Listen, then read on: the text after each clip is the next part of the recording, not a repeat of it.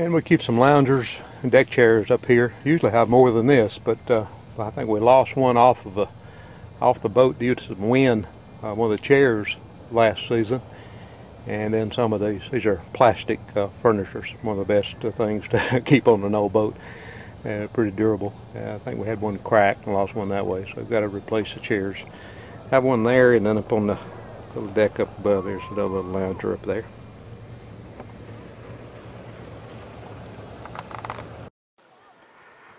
Well, just as I feared, my Sony camera battery just ran down on me. But luckily, I brought this little Vado HD solid state camera. This thing does take better pictures, but it's not real good on the microphone's not real good in it, and stabilization is not real good in it. It takes great pictures, and you kind of have to be careful of movement. And the lighting, it does okay with the lighting, colors, and everything are great on it. They're good little cameras. It's just I still kind of like the old Sony. Don't know how long the battery in this thing is good for. But anyway, I've got the lawn chair set up, and here's one of the things I do when I'm out on the lake by myself or with a family.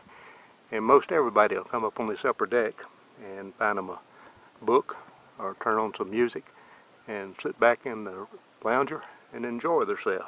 So I'm going to do a little bit of the same thing while I'm out here.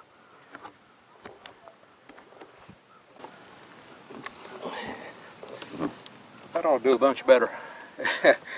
And still, like I say, the audio is not real good on this thing. I'm still 3 or 4 feet away from the camera. Don't know if I ought to get any closer. Maybe you can hear me. But as I was saying, when the camera was way over there, I did bring an adult beverage up here with me. And it's going on probably toward 5:45, 6 o'clock. And I don't want to point the camera back toward the sun, and the sun's right in my face here. I'm looking directly to the west, and you're looking back to the east as I sit here. But I wish you could see the scene that I see behind the camera. Maybe I can describe it to you. The wind's blowing, the water's rippling, the sun is making a path, kind of a zigzag path across the water because the sun is low enough in the sky. There's a pontoon boat out there with look like a family on it. They're kind of cruising across the lake. And off to my left there is a runabout with a family on it pulling kids around on the raft. And there's a nice breeze blowing in this direction, and I'm about to pop a top. And this is just almost perfect. Back behind the camera there again, there's some low ridges, and then back in the background I see what is called, some people call it Grant Mountain. It's a little, it's from the opposite side of the river from Sand Mountain, and there's a little town of Grant out there on top of that mountain. It also is kind of a little smaller plateau. Most of these mountains around here that have any size will have a little plateau on top. Some are just up and down with peaks. And I know you folks in other parts of the world and other parts of the country, maybe when you say mountain and you look at these, you say hills. But these are classified mountains for this area. You know, here in the east we don't have any huge mountains. Up in the Smoky Mountains, I think the tallest mountain up there is about 6,000 feet. The tallest one around here, the highest mountain around here, is under 2,000 feet. And of course, I've seen the Rockies, and I've seen Mount Rainier, and I've seen pictures of Mount Everest, and know that those are the big mountains. We're kind of proud of what we have. They call us hillbillies around here, and I guess because these are kind of hills, halfway mountains. But nice place. This is the tail end of the Appalachian Mountains down in this area. Just the foothills, they call them the Appalachian Mountains. These same mountains run down through the Great Smoky Mountains down this area, down by the river. Not too far south of here, you go another 40 miles south of here, it gets flat. It kind of flattens out all the way down to the coast, except over on the eastern side of Alabama is Mount Cheehaw, which is a little bigger than these mountains, just a bit taller. Other than that, it gets to be flatland. Here in the valley, here sitting on this water where I'm sitting right now, this water is about 600 feet above sea level, above the Gulf of Mexico. So it's not a lot of rise. It's almost 400 miles from here to the Gulf of Mexico. So you rise 600 feet in 400 miles. It's pretty flat.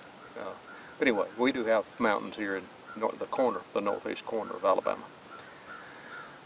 But anyway, here I am sitting out here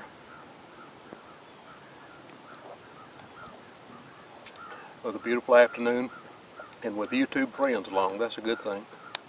And Owen, I owe you a thanks, a bit of gratitude, because if you hadn't sent me that message this morning and said, why don't you show us more about your old boat, I probably wouldn't have come out on the boat this afternoon, and I would have missed all this pretty water and this cool breeze and this adult beverage and this pretty scenery. So you did me a favor, gave me an excuse to come out on the boat. So that's what I did, and it's mighty nice.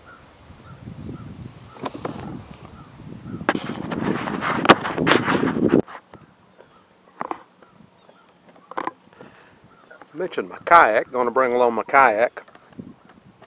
I made a video before that had this kayak in it, me out paddling around on the Riverpearl Creek here. I always like to bring it along trailing behind the boat, and that's handy to get out and paddle around. If you need to go ashore, you can go over to the shore without moving the big boat, and I kind of leave it tied off the stern of the boat there.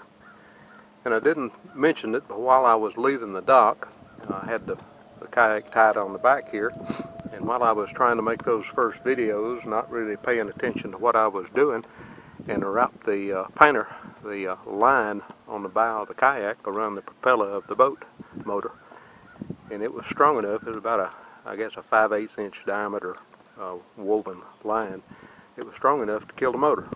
So I had to turn the camera off, go back and get the line away from the propeller, and then I pulled the kayak up along the side of the boat, and I just put it back there at the stern after I parked, so I won't get the line on the propeller again. That's a no-no. I knew better and just didn't do better.